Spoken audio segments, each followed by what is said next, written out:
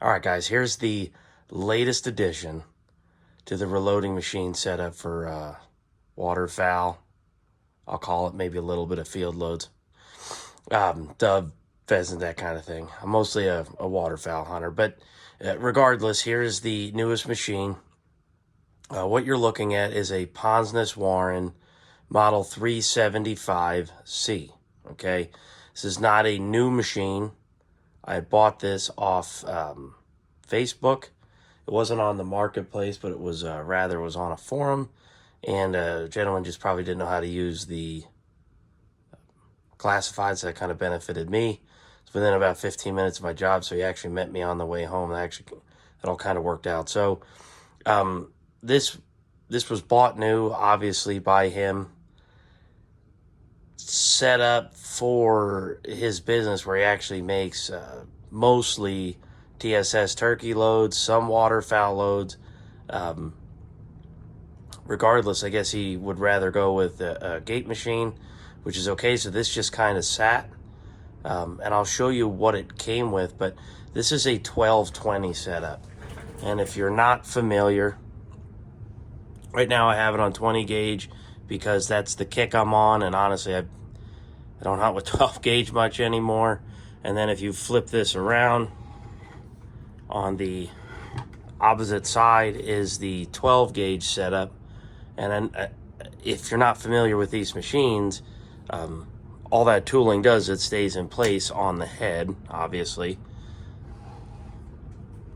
And stays in place on the head, but you just remove the top cap here, and then this bolt over on the side. You can kind of see it back in there. And then once you take this off, you literally just take out two hex bolts, and you can pick this whole tool head off and just flip it 180 degrees, and you're pretty much good to go. And then a Ponsness Warren, any of you guys have seen me load on the 10 gauge, well, it's pretty simple to change the die. So now I could see some asking, why? Why did I go to the 375C? Am I done with MEC? No, I'm not done with MEC, I still really like MEC. MEC will probably always be a part of my reloading system and situation. At the end of the day, when it comes for making, say, a closer to custom shell, which appears is the direction I'm going, and it does certainly look like several other people are also going that direction, to get as close to a custom shell as possible and make something almost seamless, flawless, perfect, it's just a little bit harder to do on a MEC. And then I'm stuck gate finish crimping, which is perfectly fine. I may still gate finish crimp off this. The C, okay, so if you look right there,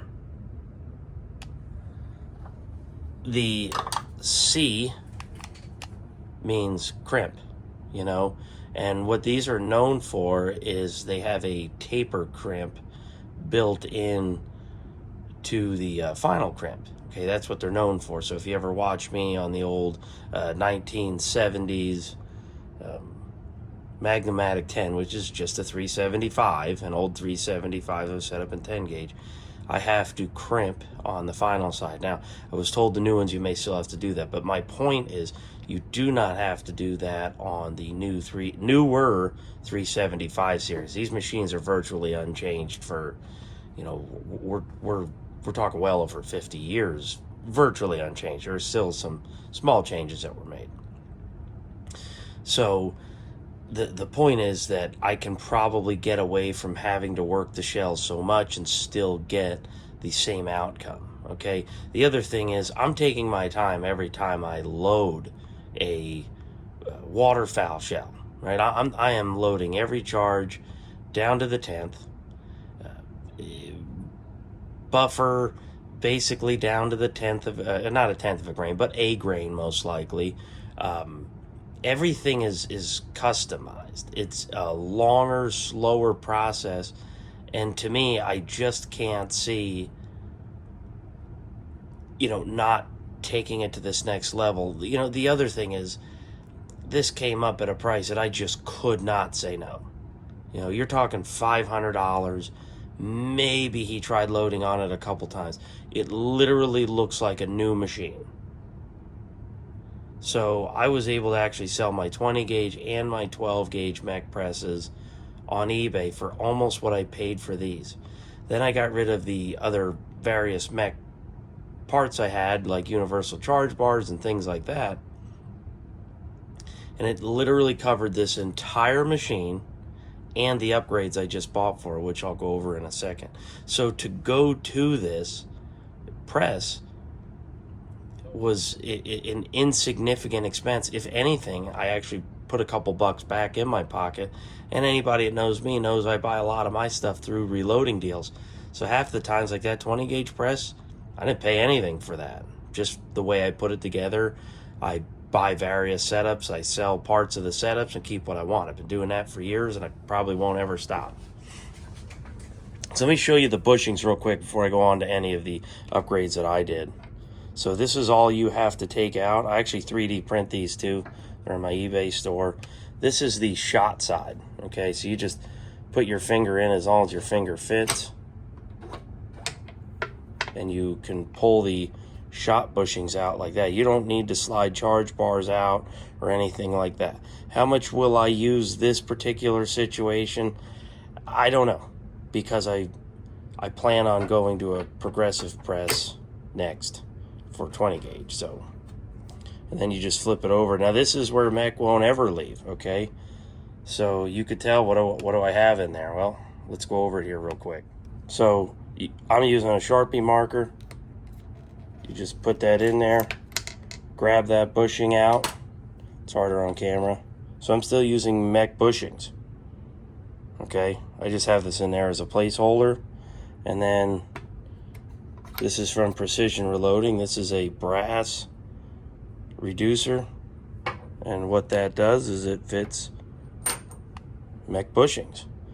And being that I have almost every MEC bushing made, well, this was a no-brainer. And guess what? I'm still not done with MEC. Just not really doing it on single stage unless it's 410 gauge. These come with baffles right out of the gate. They're just really nice machines. Some, you know, certainly not required to do what I'm doing. It's just something that I could do, something that, you know, the situation arose, and it just made sense at the moment. It still makes sense now. So here's what I got in addition to.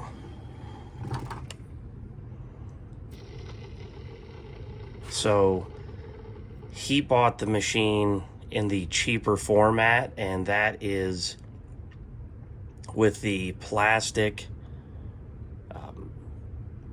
pre-crimps. They're similar to MEC. They look like a cast plastic. They look pretty good. They're actually pretty robust, pretty durable, but I'm doing new holes, and I like these overall. So I didn't get different heads for 8-point on either. I just got the 6-point. I got the 6-point for both. So these are pretty nice. Use the little wires to guide in between the peaks and valleys, and that works pretty good. So I added that. Each one of those is about 60 bucks. You can get the heads in addition to, I think they're 30 bucks a piece, and then you don't have to buy a new stem. Not a real big deal. When you switch the machine over, there's a couple things that you do need to change. You need to change your punch, because on this side, this is obviously what indexes with your wad pressure and all that good stuff. So this would just flip to the opposite side, and then you would just put whatever punch that I'm pointing at here, which would be on 12 gauge. You just put your 12 gauge punch in here, move this to where the 20 gauge punch is. Not a real big deal, just figured I'd mention it. Doesn't change a whole bunch. So let me go over some of the stuff that came with the machine, and we'll just kind of wrap it up from here. So here is the box that came with the machine, for the exception of a couple things. I purchased a couple shot bushings. I got 3/4, I got 3/4, 7/8, 15/16, 1 ounce. I already had ounce and an eighth, and I got ounce and a 16th. And I know why did I get those weird denomination like 15/16 and 1/16?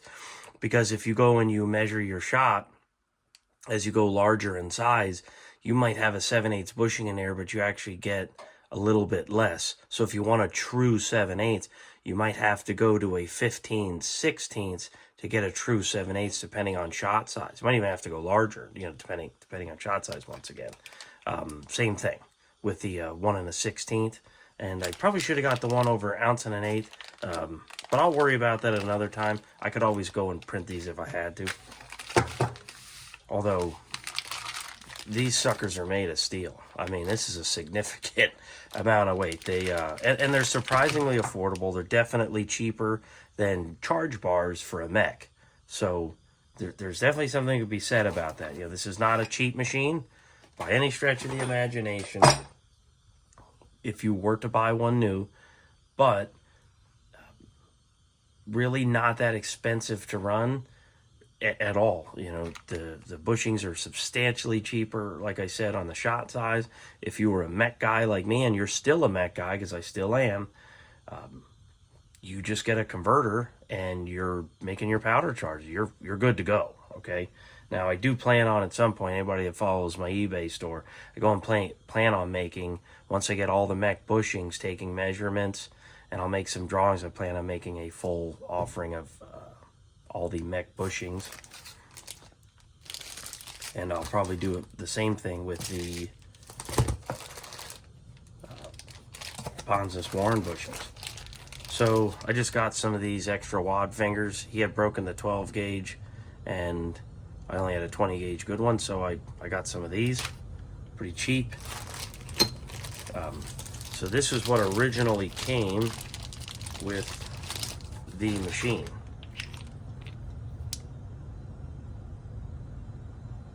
Okay, they're just like the MECs. They kind of spin, got a little bit of rotate in them. You could see those high spots that grab the peaks and valleys. No different, nothing crazy here. I just chose to put on the all metal versions like I have on my 10 gauge because I'm going to do a lot of new hulls, and honestly they work really good on used hulls. The only time they're ever an issue is if your hulls are really worn out. But the only time I really ever take hulls to like the last leg of being able to be reloaded is 410, because I can't find the damn things, and then 10 gauge because, well, they're expensive as hell. So here's just the other pre-crimps. Now the cool part about this machine, oh, I missed one other thing. When you're doing your conversion, this is important. I should have been paying more attention. When you're doing your conversion, here's your 12 gauge seat. When you press your hull into the die, you've got to change this seat out too. But it's just one set screw. It's very simple. It's not hard to do. Doesn't take a lot of time either. But to convert it to 12 gauge or whatever, back from 20 gauge is a couple minutes, and vice versa. This will probably live most of its life on 20 gauge would be my guess. And there's the 12 gauge punch. I just have it out because, once again, the seating height is in place. So what was really cool was it came with my 12, right? My 12 and 20 gauge 2 3/4 dies. But the best part, okay, the best part is it came with 3-inch setups as well. So that's a really big deal, because I do a lot of 3-inch. They even give you a toolkit for this. So here's the 3-inch setup as well. So that's pretty awesome. Like I said, that's a big deal to the guys like me, because we are loading, these are custom hand loads. Yeah, I'll be doing 2 3/4 on both, but I'll also be doing a lot of 3-inch. So it's kind of a big deal to go and have this machine fully equipped. So if you were to buy this machine without the upgrades I did, obviously, with the standard plastic pre-crimps, you're looking about $625 to $650 for the machine, okay? For each 3-inch, setup, you are looking at, probably another $120 to $150, I think, is what it costs for a conversion. For each conversion's like, I think it's $50 to $60. I could be wrong, but that's about what you're going to pay. The other thing is you're looking at an insane lead time on these machines. These machines are built to order. Still not 100% sure why they don't just keep a couple in stock, but that's just not what they do. They build to order.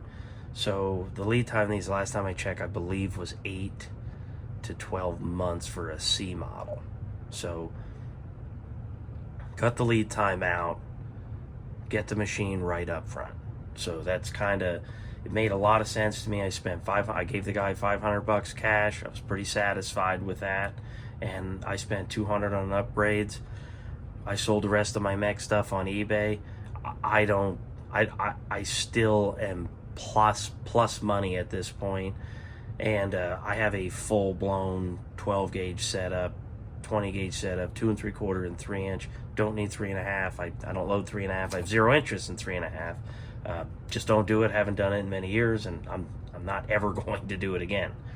If I need 3.5, I'll just get a 10 gauge. So once again, not done with MEC. I'm just done with MEC on single stage, for the exception of 410 gauge. It'll be the only thing I keep in single stage, and that's a 600 Junior. At some point I can see going to a size master. What I actually plan on doing for my 20 gauge, I shoot a lot of 12 and 20 in the off season, and even a little bit during the season. Do a lot of sporting, a little bit of trap, some skeet. I plan on adding another 9,000 for 20 gauge. I already got one in 12 gauge, so I do plan on getting one in 20 gauge. So like I said, I'm not getting away from MEC. I'm just not doing the single stage thing anymore. It just doesn't make sense for the amount of shooting that I do for target. Single stage just doesn't make sense. This is a slightly slower, more in-depth process. You have more control when you're doing it. And there's more tweaking that can be done to just get an even better shell, and that was why I went to it. It doesn't mean that MEC isn't good, or MEC can't get the job done, or Lee can't get the job done. That's not what I'm saying. What I'm saying is this is just a higher level machine, right? It's just all it is. It offers the ability to make a more customized shell that looks even better than what I have been making. A lot of guys have seen my 10 gauge loads. That's off a machine from the 1970s.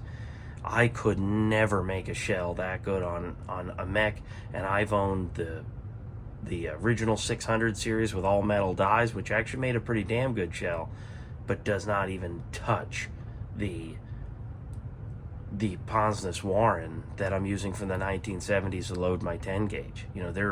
It just makes an unbelievable shell, and it's really nice also holding your entire shell in this sizing die. There's just a lot that can be said about that, and I've seen times, especially with Lees and sometimes MECs a little bit, especially toward the bottom, they'll want to take the shell and they'll kind of crumble in between the cushion sections, or sometimes they'll do it regardless, and the shell will just sort of crumble because you've got too much pressure. You're trying to close, compress powder, compress the wad, and whatever material you have maybe below your shot, or you may not have any because you're doing steel on a full load. But what'll happen is the shell will literally just buckle on itself. I have yet to do that in the 10 gauge. I don't know if it's actually possible. Maybe it is. I just haven't, after many hundreds and hundreds of rounds. That's the other thing, is this shell is supported the entire time, and that's a really big deal. in a Ponsness Warren is it supported the entire time. You can't say that on a MEC. It has more support than a Lee, but it still doesn't have full support. It'll still buckle right at the right above the metal head. So anyways, kind of a rambling video, probably too long, but I just wanted to go over where I'm at, why I converted to this machine, kind of picked up a deal. It's a whole gambit of things. But I figured I'd make a video to go over it because you guys will be seeing this machine here in any loading videos that you see 12 or 20 gauge. This will be what I'm using. Obviously 10 gauge, I've only got that one press as well. And so I'm not done with MEC, right? I'm just done with MEC on single stage for the exception of 410. Just doesn't fit me right now. Maybe one day I may get some more, but right now this is kind of where I'm at. I'll probably still pick them up as part of reloading deals and, buy and sell like I've been doing for years. But as of right now, we're going to be doing almost everything on Ponsness Warrens for single stage waterfowl hunting loads and, upland dove loads, that kind of thing. Everything will be done on a Ponsness Warren. So yeah, a little bit of a rambling video. Hopefully you guys enjoy. Subscribers have gone up tremendously. And then the more I had looked at, how much that matters or doesn't matter, right? Because I'm trying to get something from YouTube, not from the people that watch. Doesn't really look like that happens to 1,000. So that kind of stinks. So I guess it's the road to 1,000 now. It is what it is. And then, being that this is a Second Amendment / hunting channel, good chances are I probably won't get anything from them. So I guess I'll have to figure out how to keep this endeavor going without just draining my pocket. So anybody has any ideas, you'll have to let me know. Never been one to ask, so that's just not my cup of tea. I've gotten where I've gotten myself. Nobody's given me any handouts. All of this stuff that I have, well, all bought by yours truly. There's some reloading machines and a whole boatload of brass.